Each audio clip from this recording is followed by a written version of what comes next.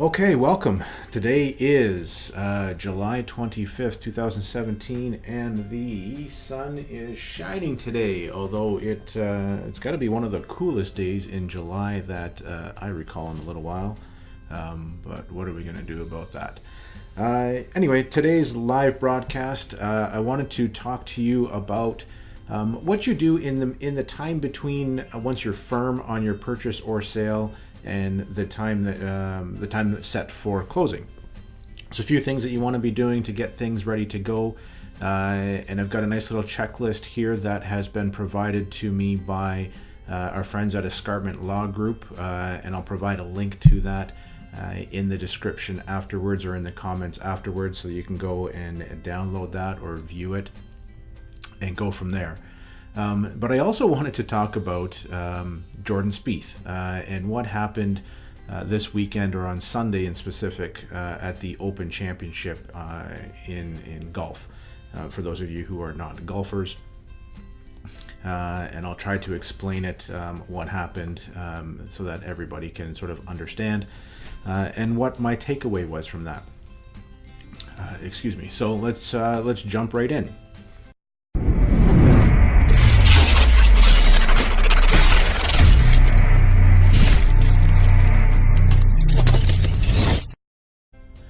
So, Jordan Spieth. This weekend, he pretty much led most of the weekend of the tournament. Of course, there's 4 rounds in a golf tournament. And on Sunday, he started Sunday with a 3-shot lead. So he was pretty much there to achieving his goal of winning his 3rd major tournament in golf. And of course not of course, but he's under 23 years old, so it's a lot of pressure on someone that age. He'd already won the Masters, and I believe it's the US Open. I'm not 100% sure on that, but I know he's won the Masters, and now he won the Open Championship. But as I mentioned, he started Sunday off with a 3-shot lead on his nearest competitor. Weather was uncharacteristically calm for the British Open, or the Open Championship for the purists, and so you didn't really expect much to happen unless it was mental faults in Jordan for him to fall apart. And if anybody has seen him play, and as a lot of the commentators had said throughout his round and leading up to the round and over the weekend, on how consistent he is. He started off the day, and actually the first 12 holes he was actually playing 4 over par, so that's 4 shots given back to the field, and it was in and out of a tie with the other player in his group, but had never really given up the lead. He'd get a bogey or the 1 over par, and then he'd get a birdie, and then he had a few additional bogeys at that point. Then came the 13th hole. It was a turning point. Some people might say it might have been the 14th hole that was the turning point, but I really do think it was the 13th hole, and in the middle of that hole. So from his tee shot, he had hit quite a wild shot. He went 100 yards off to the right of the fairway, but he took basically, the whole hole took him over 30 minutes to play. In that time frame, if you're not a golfer, that if someone plays a hole in that length of time, even at the pro level, it is usually a fairly high score, and he was able to get away with only a bogey, which is 1 over par. I think where it turned on here was the lead up to his 2nd shot, which would have been his 3rd shot on the scorecard because of the penalty. But he took what's called an unplayable, which means that the ball where it lies, it's unplayable. He can't hit it, so he has to take a penalty stroke, drop a new ball in a location within the rules, and move on from there. The time that it took here, though, seemed to me to be unreasonably long, which is fine. There was nobody else behind them. They were the last group playing, so they weren't holding up anybody else other than himself and the person playing with him. But I think what he was doing, and what I took it in retrospect, was I think he had a feeling of what he was going to do, or about where he was going to drop the ball next, probably fairly quick. But he played it, I think, masterfully, and it was a great delay for him. I mean, if you go back and see the video, he was talking with the rules official and trying to find out where he can place a ball, and if he placed it here, can he get another free relief to another spot, and all these weird things. And it was going on and on and on, and in the end he dropped the ball and made the next shot. But I think, to me, what he was doing there is he was really resetting. A lot of times in golf, they will play, if they have a bad hole, they reset, or they try to reset before the next tee. So the time from basically just the time while they walk from the green to the next tee, which could be 3, 4, 5 minutes maybe. But in this case, he gave himself over 20 minutes to reset his mindset, reset his thought process, his game plan, what was actually happening in that time. And then just before he took his next shot, he also had confirmed with his caddy. So he's now taken advice from someone. And he said in an interview afterwards that normally when it comes to yardage, so the distance for his next shot that he needs, he usually doesn't listen to his caddy for that. He goes on his own feeling, and especially when they're wild, when there is no true yardage markers. But he chose to listen to his caddy this time. So not only has he reset his mindset, but he's also taken the advice on something that he doesn't normally do. And his next shot, although it wasn't perfect, it could have been a heck of a lot worse. And then, so like I said, he bogeyed that hole, and then went on to play the last 5 holes in 5 under par and won the tournament by 5 strokes. So up to that point, he was playing less than average of what was happening on the day, had given up the lead, and then after that one bad shot, reset his mind, took the time that he needed to reset it, and went on. And to me, that sort of lesson there is exactly that. If you make a bad shot, or you do something that is pulling you away from your goal, or whatever it is, in whatever industry and whatever you're doing, stop, reset your mind, get the advice from someone who you trust, and someone that is there to help you, and then continue on. And of course, as I said, everything went well from there. So those are my 2 sort of takeaways from Jordan Spieth from this weekend. I think it's a great lesson in many aspects of life, both professionally and personally. But to get on to the actual the real estate side of this video, and one of the main topic here is what should you be doing after you've completed and firmed up either your purchase or sale, and prior to closing. That lull that it seems like you feel like you should be doing something, but you just don't know what it is, especially for first-time buyers. As I mentioned, our friends at Escarpment Law Group have provided a quick little checklist, slightly different if you're buying or selling, but really in the end they're contacting the same types of people and things that you want to be doing. So on both sides of it, actually in one case mainly, if you're paying your property taxes, if you've sold a house, or if you had a house to sell and you are buying, if your property taxes are paid directly from yourself through an auto deposit or an auto withdrawal, you want to make sure you contact the municipality to make sure that property tax payment is stopped as of the closing date, especially if it's a monthly thing. If it's a quarter, well, either way, if it's quarterly, if it's already been paid, you don't want them to take the next payment out. And your lawyers will be adjusting the amounts owed by the buyer on your behalf for closing. If you're on a purchase side of things, and in some cases if you're a first-time buyer, or depending on the lender you're working with, your property taxes are taken out as part of your monthly payments or bi-weekly payments from your mortgage company, and your mortgage company pays your property taxes for you. So that one's usually not, if that's the situation, then that's one call that you don't need to make on the buy side of things. But on the selling side, you might still want to, even if your lender is doing the payments, you might still want to make that call just in case it is missed on that end of things. Other things that you want to be calling are your different utility companies, so things like your hydro, your electricity, water, if it's a separate bill, if it's not done through your hydro company.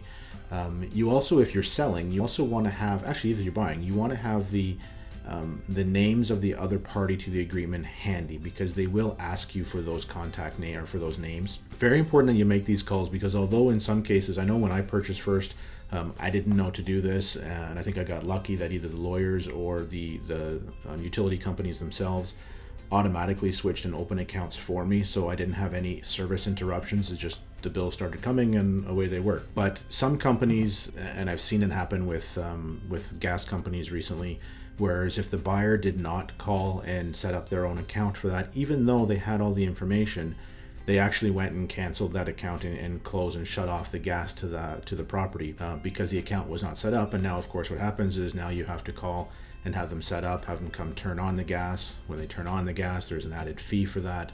They also have to do a quick inspection, and if there's any deficiencies, the deficiencies need to be corrected as well within a certain time frame. So it could cost additional money to reset or to reactivate different utility accounts. Other things that you'd want to do, of course, is to be contacting your different like your cell phone companies, your cable company, set it up, or transfer accounts depending on what the situation is. Banks, separate credit card. Basically go through your wallet, and every card that you have in there, you should be updating your mailing address to all of those and checking all of those. Home insurances, car insurances, all those fun things, any bills that you have, any auto withdrawals, gym memberships, all those things you want to be updating your address with.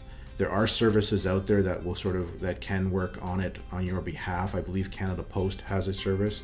Of course, Canada Post, mailing address. You might want to look at doing a 3-month or a 6-month or a 1-year mail forwarding. Some people, even though you give them your new addresses, it takes a while to go through their systems. In some cases, if they're family that you have sent out, say maybe a mass email to everybody to give their address, not everybody reads those emails. So those types of things are all people that you want to be contacting. I mentioned home insurance provider. On your buy side, you need to have your insurance set up for the day of closing. And you have to have the letter that they provide to you given to your lawyer prior to closing. It's what's called a binder letter from the insurance company. Your lawyer will require that in order to be able to close, because your lender will need to know that the house is insured, of course, protecting their investment as well. On the sale side of it, you also want to notify that your insurance company that you're selling, but your insurance policy needs to run through and include the day of closing as well. So there will be a day where, if you're buying and selling, where your insurance might be covering 2 properties for 1 day. That's, of course, is very important to make sure that you do that. If you're in a condominium, on the selling side, if you are in a condominium and your monthly fees are auto withdrawn from your account, you want to make sure that they are aware a month or 2 prior to of when you will no longer own the house, so that the following month's condo fees don't come out of your account there as well. If you're buying a condo, the status certificate that you receive and that your lawyer has reviewed prior to becoming a firm purchase, in there is an auto withdrawal form that can be sent to the condominium corporation as well.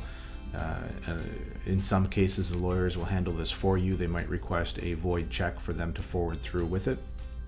So just be aware of that.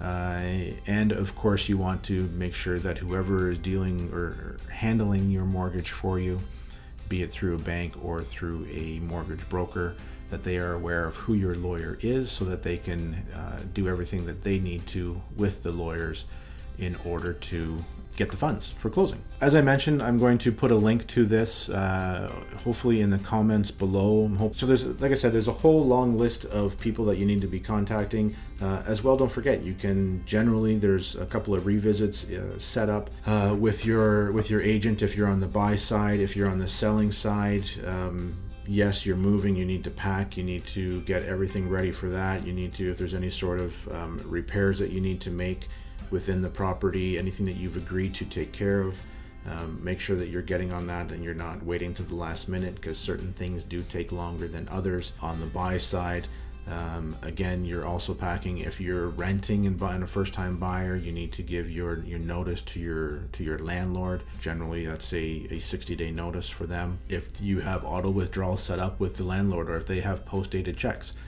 work out to get the remainder of those post-dated checks back from the landlord. so that they're not accidentally deposited and come out of your account as well. So those are a bunch of little things that you want to be looking at. Again, I want to thank Escarpment Law Group for providing this this little form that I'll have available and that I went off of for this. If you have any questions about what's happening in the local market, actually, that's another quick thing I wanted to say. I read a quote yesterday, just relative to Burlington, and someone had tweeted it out, and they were apparently quoting the Burlington city manager. And in this quote, they said that Burlington will not build any more single-family homes or any additional streets. I take that as meaning is that they won't approve any new neighborhoods, which of course is because there is no more land to build on now that we've gone up to the 407. So what does that mean as Burlington as an investment as well? We're out of land in Burlington. Houses or properties will never be cheaper than they are right now. Yes, you'll get some minor fluctuations, but if there's no more land to sell, land cannot get cheaper. Land prices are going to continue going up. That also means that houses, even if the house is something that is ready for redevelopment, its pricing is going to go up. Any bulk land that is left, if they happen to rezone a closing school or something along those lines, odds are they're going to be built into multifamily residential, so either apartments or townhouses or combination thereof. So if you're looking to buy in the Halton area, in the Burlington area, and you're holding off thinking because prices are going to come down, according to the city, they're never going to approve another single family neighborhood again or build new streets. So now's the time. It's not going to get cheaper. Take advantage of it. Interest rates are still historically low. It's still a great time to buy and to sell in the Burlington area. So if you have any questions about that, feel free to give us a call here. The numbers are on the screen, 905-332-9223, or you can email me at nathanbradford@wolcott.ca. Thanks for taking the time to watch. Have a great day.